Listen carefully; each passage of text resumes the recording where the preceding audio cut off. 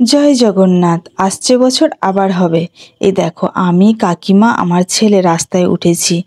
প্রভু জগন্নাথ দেব আমার বাড়ির সামনে থেকেই মাসির বাড়ি থেকে চলছে নিজের বাড়ি। এই দেখো, বাজনা বাজিয়ে ছোট বড় সবাই কেমন রথের দড়ি টানতে টানতে প্রভুকে এগিয়ে নিয়ে যাচ্ছে।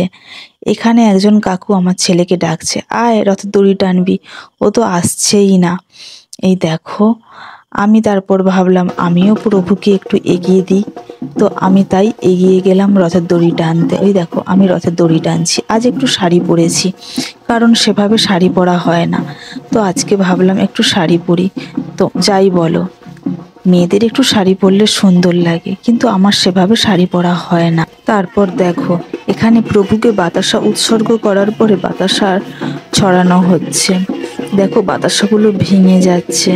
কিছুক্ষণ আগে বৃষ্টি হয়েছিল, তাই বাতাসার গায়ে ধুলো জল লেগে যাচ্ছে। দেখো, আমি একটু বাতাসা কুড়িয়েছি।